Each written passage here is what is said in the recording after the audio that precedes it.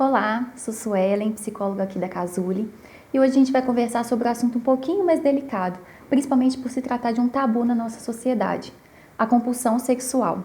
Só pensa naquilo. Se você passa por esse problema, conhece alguém ou simplesmente tem curiosidade sobre o assunto, fica aí porque o vídeo está bem legal.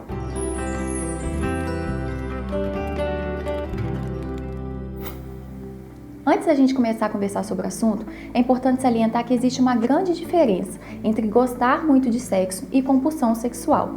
Ter uma vida sexual intensa não é de jeito nenhum um sintoma de compulsão sexual. Na compulsão, os pensamentos, os desejos, as fantasias são tão intensos que precisam ser saciados naquele momento, não importando com quem. A compulsão sexual ela é caracterizada por fantasias e comportamentos sexuais que aumentam de intensidade e frequência ao longo do tempo, e isso causa muito prejuízo para as pessoas, seja afastamento dos familiares ou dos entes queridos, prejuízos financeiros, queda no desempenho profissional ou durante os estudos, contração de doenças sexualmente transmissíveis e uma troca muito elevada de parceiros sexuais. História familiar de compulsão sexual, problemas de dependência de álcool e outras drogas, problemas familiares, abuso sexual durante a infância, são alguns dos fatores que podem favorecer o surgimento de uma compulsão sexual, principalmente por causar tantos desajustes psicológicos.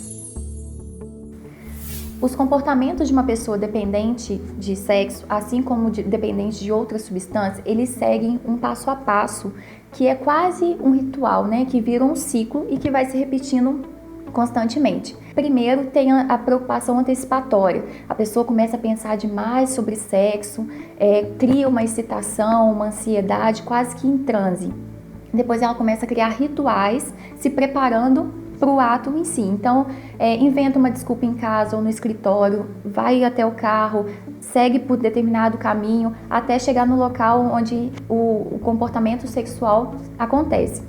Depois tem o ato em si e, por último, tem a culpa, o desespero, a angústia por não ter conseguido segurar, controlar esse impulso. É importante considerar que as pessoas que padecem dessa dependência de sexo, elas normalmente apresentam outros transtornos psiquiátricos comórbidos, como síndromes depressivas, ansiosas, dependências de álcool ou outras drogas, transtornos de personalidade, entre outros. O grande problema de lidar com essa doença é porque o sexo está relacionado a prazer.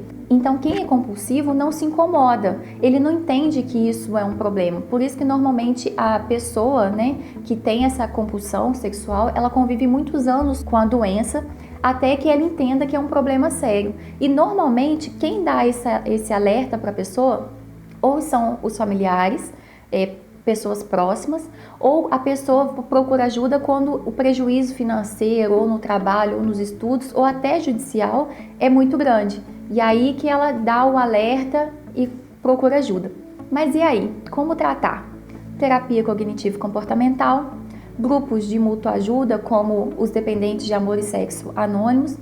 E no caso onde a terapia e esses grupos não são suficientes para controlar as fantasias, para controlar esses impulsos do paciente, associa-se também uma medicação. Normalmente são os antidepressivos, mas é importante ressaltar que a terapia tem que estar sempre em conjunto com a medicação, porque são vários fatores que acompanham esse comportamento.